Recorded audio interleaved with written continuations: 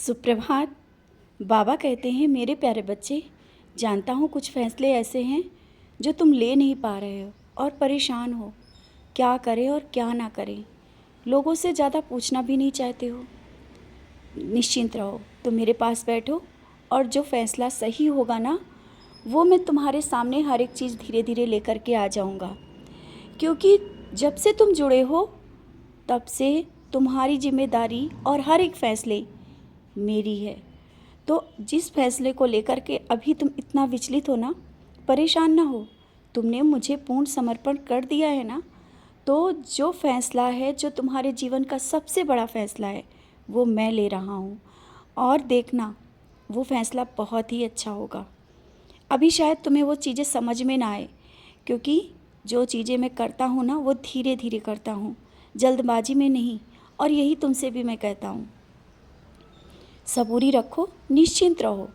तुम मेरी भक्ति जिस तरह से कर रहे हो, सच्चे विश्वास के साथ और श्रद्धा के साथ, ये भक्ति और विश्वास तुम्हारा मैं टूटने नहीं दूंगा। मैं तुम्हें वो लक्ष्य तक ले जाऊंगा, वहाँ तक पहुँचा दूंगा जहाँ तुम पहुँचना चाहते हो। हाँ, अभी कुछ सामने दिख नहीं रहा है ना, धुंध पड़ी है तुम्हारे सामने, कुछ साफ दिखाई नहीं दे रहा है। उस धुंध को मैं धीरे धीरे हटा रहा हूँ, उस प्रकाश की ओर ले जा रहा हूँ, उस उजाले की ओर ले जा रहा हूँ जहाँ तुम चमकोगे। अभी नहीं दिख रहा है, कोई बात नहीं, क्यों परेशान हो। मेरी नज़रों से देखो, मैं देख रहा हूँ ना। आगे बढ़ते चलो, रास्ते खुलते जाएंगे।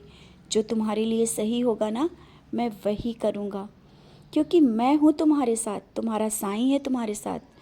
और अपने बच्चों की चिंता इस तरह से व्यर्थ करते हो, क्यों करते हो इतनी चिंता। मैं हूँ ना, जहाँ तुम चाहते हो, जैसा चाहते हो वैसा ही होगा। और बच्चों का भविष्य, मैंने कहा ना, तुम्हारे बच्चों का भविष्य मेरे हाथों में है। तो तुमने जब मुझे सौंप दिया है, तो क्या सोचते हो वो ऐसे ही भटकेंगे, वो इसी तरह से रहेंगे। सब कुछ मैं करूँगा और सब बहुत अच्छा होगा, सब कुछ सुचारू रूप से होगा। उनका भविष्य बहुत ही उज्जवल है, मैं कह रहा हूँ। शादी ब्याह को लेकर के जो परेशान हो, निश्चिंत रहो। धीरे धीरे सही रास्ता और सही समय आने पर जो कुछ जैसा तुम करना चाहते हो, सब सामने होगा। स्वयं चलकर वो चीज़ें आएंगी तुम्हारे सामने। तुम्हें भटकने की कोई ज़रूरत नहीं है।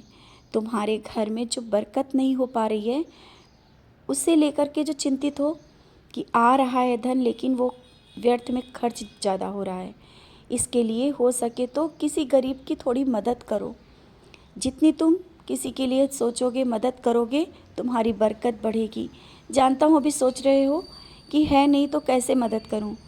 1 रुपया, 1 रुपया की मदद ही मदद होती है, नहीं तो सेवा करो। सेवा भी तो एक मदद ही है ना, शारीरिक सेवा। किसी का हो सके तो जहाँ तक हो सके मदद करने की कोशिश करो, और सब कुछ सही होगा। सब कुछ धीरे धीरे जैसा तुम चाहते हो। और जो काम अभी देख रहे हो कि सामने दिख रहा है लेकिन हो नहीं रहा है ना, वो भी काम हो जाएगा। पारायण करना चाहते हो, पारायण करो, अवश्य करो, लेकिन इस दुविधा के साथ नहीं कि तुम कर पाओगे या नहीं। जब तुम आगे बढ़ोगे तो मैं तो करा ही दूंगा, लेकिन जब ये तुम्हारे मन में शंका आ जाती है ना कि पारायण हो पाएगा, तुम कर पाओगे या नहीं कर पाओगे, समय मिलेगा या नहीं, तो मुझ पर छोड़ो। समय जैसा भी हो, जिस तरह से हो, जब तुम आगे बढ़ते हो ना, समय भी बढ़ जाता है। समय के साथ चलना सीखो, समय को अपने मुट्ठी में पकड़ना सीखो। समय के बहाव में मत बहो। समय तुम्हारा है। ये क्यों कहते हो कि समय निकलता जा रहा है, पकड़ लो समय को। सब तुम कर सकते हो, सब तुम कर सकते हो, तुम में वो क्षमता है। मैंने वो क्षमता दी हुई है, बस पहचान लो। मैं बहुत कुछ देना चाहता हूँ, सब कुछ देना चाहता हूँ। और सच्चरित पढ़ने के लिए कोई विशेष समय या कोई विशेष पर्व या किसी चीज़ की ज़रूरत नहीं है। जब तुम जैसे भी चाहो सच्चरित उठाओ और बैठ जाओ पढ़ने के लिए, मेरा एहसास ही पाओगे। मैं तुम्हें वो सब चीज़ें उस सच्चरित के माध्यम से ही दे दूँगा, शायद जो तुम अभी नहीं पा रहे हो।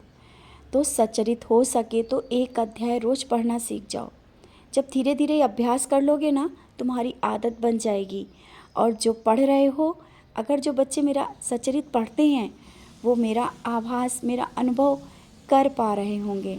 ज़्यादा से ज़्यादा सच्चरित पढ़ो और समझो, धीरे धीरे पढ़ो, समझने की कोशिश करो। सब कुछ मैं दूंगा, बहुत कुछ दूंगा। जीवन के उस ओर ले जा रहा हूँ जहाँ पर तुम्हारा भविष्य उज्जवल हो रहा है। खुश रहा करो और मुस्कुराते रहा करो। मैं हूँ ना, तुम्हारी सब खुशियाँ तुम्हें वापस देने की।